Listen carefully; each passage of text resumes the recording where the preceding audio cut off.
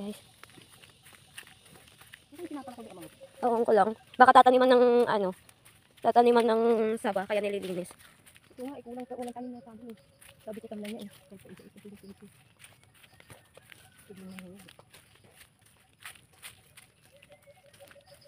Mapala ni Bagay na.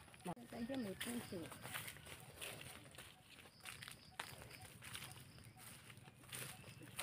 Kukuha ng ampalaya.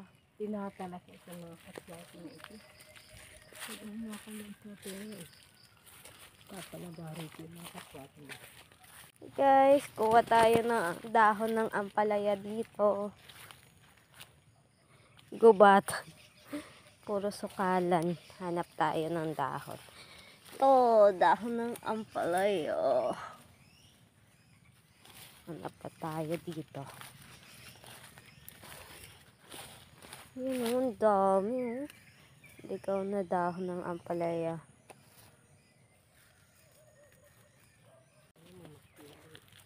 Dito lang na yung bahay ng pugo. Wait lang, tignan natin. Baka may iklog na. Dito siya galing, wala pa.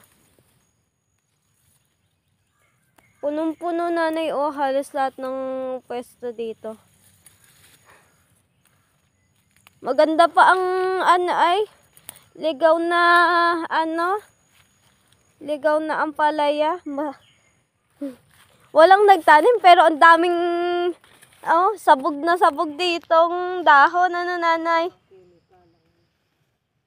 At saka walang chemical. Parang isinabog eh, ang dami.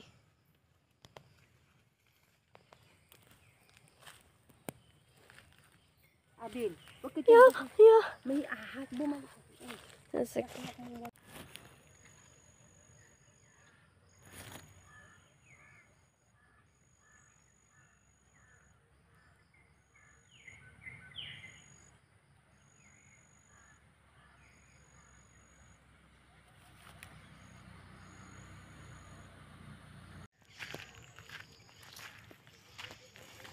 Na, tama na yan. Ang dami na. Sarap nga. Libre pa. Organic pa ang iyong ampalaya. Daon ng ampalaya. Nanay, tingnan mo na. Akyat na sa ayun o, ang dami. Na mumulaklak na rin. Doon o. Parang halaman na naakyat sa langkay o. Parang halaman. Pati sa meron din sa nyog. Dami na. Parang isang buong araw na ulam ah. Teka na. Ang sarap ng ulam.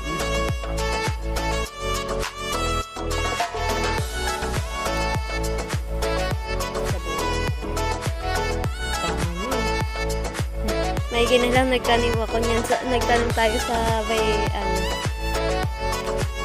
buhay na yun, nanay. Yung itim na naakyat na. Eh di ayos din. Hindi ka na nga.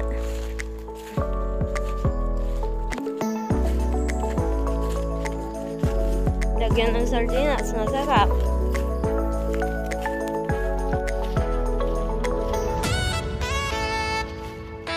Ayaw mo ngayon?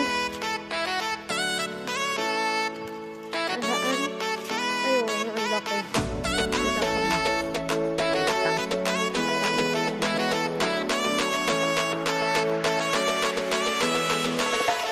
Food court.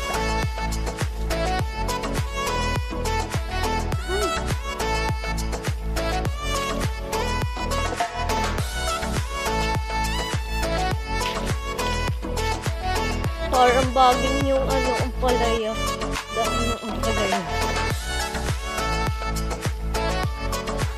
Harvest sa may time. Libreng ulam sa karan. Libreng ulam.